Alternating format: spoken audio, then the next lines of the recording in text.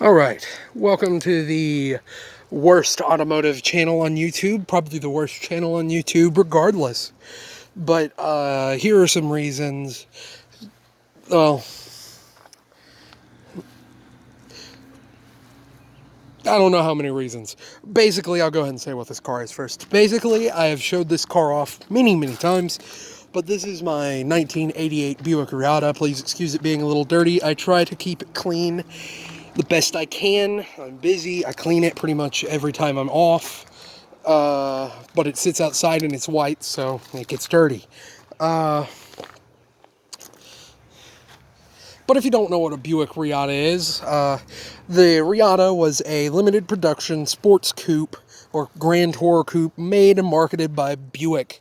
It is a 3800 V6 front-wheel drive, 4-speed manual automatic transmission. Don't let me say manual. And I guess this is, let's say, 10 reasons why I absolutely adore this car. First of all, we'll go with the body styling of the Reatta. The Buick Reatta, you can obviously tell, is a late 80s car. It's pretty rounded and bubbly, starting in the 90s era, but it's still got that angular skew of the 80s from the front end. It's also one of these retro-futuristic designs of the 80s. They thought this is what they thought cars would look like back then, as it has no grille. Really, that's a lie. It's got a grille right there with the fog lights. But it's a very cool looking car. Some people say it looks a little disproportionate in the rear. That probably comes from the fact that this car is built on a shortened Buick Riviera platform. Basically meaning, I think they cut like one and a half feet off of this car, 1 foot off of the Riviera, and they shortened the wheelbase to what this car is. That brings me to point number 2 of why I absolutely adore this car. This car has pop-up headlights. If it's an 80s sports car, they must have pop-up headlights. It's just not an 80s car without them. They're by far the coolest headlights ever made. Not this particular one. That honor goes to the Corvette. The Corvette has ones that rotate 180 degrees on an axis. Those are probably the coolest ones. Or there's a Opel that has it too. Unfortunately, these have the wrong bulbs in them, so I do need to replace that. I'll go ahead and bring it in and show you the pop-ups.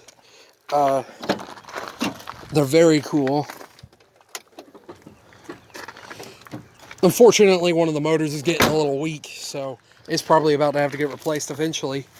But very cool. Now, I wish these would come back, but modern design styling, cues, all that. Pop-ups are probably never going to come back. Not to mention aerodynamics and emissions and all that. There's reasons these disappeared, because when those pop-ups are up, this car, it might just be in my head, but it is slower because the aero gets all messed up. Not that it's a particularly aerodynamic car in the first place, it's just, that's what happens. And I'll go ahead and take you onto the interior as to why I love this car so much. It's supposed to have a digital dash, but that does not work. I believe it's either the central power supply or a burnt up fuse under the hood. And excuse the car being a little dirty, that's the reason that right there is exposed. Is because I've got to order a new one of those if that relay's messed up, if that relay isn't what's wrong. I got to order a new one of these, so I just hadn't put the cover over it yet. And as I was saying, the fourth reason is this right here. This is so cool. This is a touch screen. Yeah, in 88 and 90, not 88 and 90, but 88 and 89, the Reattas had touch screens. Don't worry about that. That's just telling me my dash is not responding. And 88 and 90. Not 90. I don't know why I keep saying 90. 89. Because in 90, they changed this right here. They changed this out, which admittedly, the 90s Reattas, I believe, have a cooler looking dash, but they lose this right here. They become less cool. Because they lose this. This is the coolest piece of technology in this car. This right here, there were... Aston Martin was putting touchscreens in their cars in the 80s. Or one of their cars. The Lagonda, I think, is what it was. It's a little older than this one by like 10 years, but still. It's crazy. And then, of course, you've got your gauges, which those are really cool. Like your tack. And it is an actual touchscreen, as I'll show you. My radio does not work. Oh, I'm dumb. My radio does not work, unfortunately. I've got a $20 speaker that remedies that. And the chirping is from the, vent. That's what the chirping is from. The fifth reason is this interior. I'm gonna go ahead and turn it off. Is this interior. I love this interior.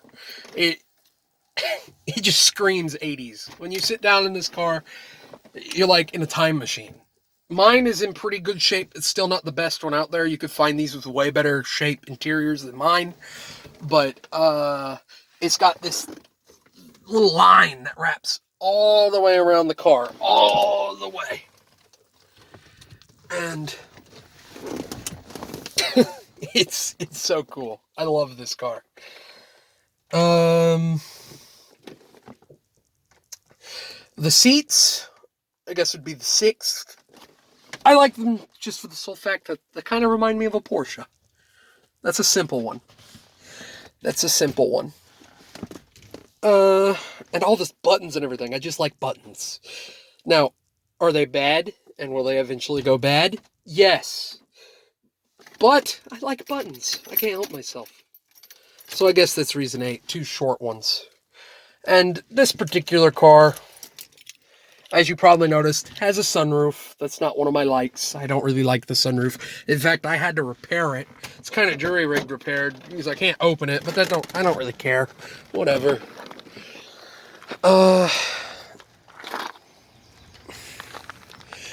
And now we'll head to the trunk.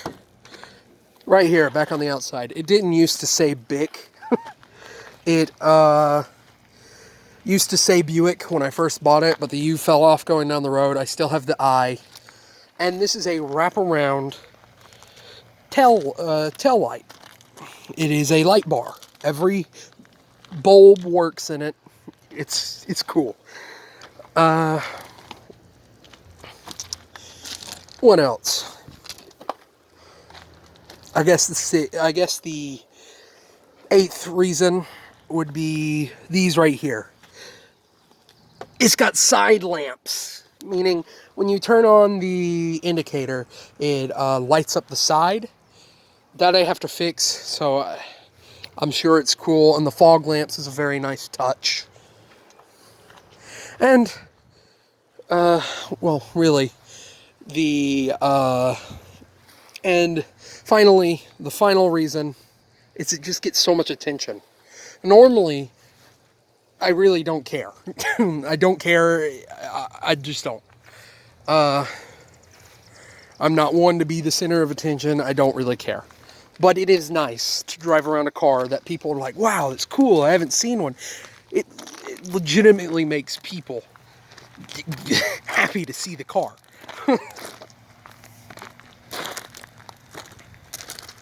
Which, I like it because I like it. I don't care that other people like it. But that is a good reason.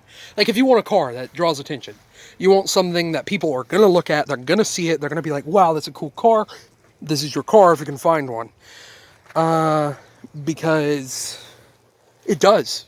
You'll get people looking at it, they'll be like, wow, I've never seen one. I've had like 3 people try to buy it from me. This car, people love it. They love this car. So I guess that's probably 10 reasons. I kind of lost track. Reasons why I love, the 10 things I love about my reatta. I see these videos are kind of popular, so I figure I'd do one on the reatta.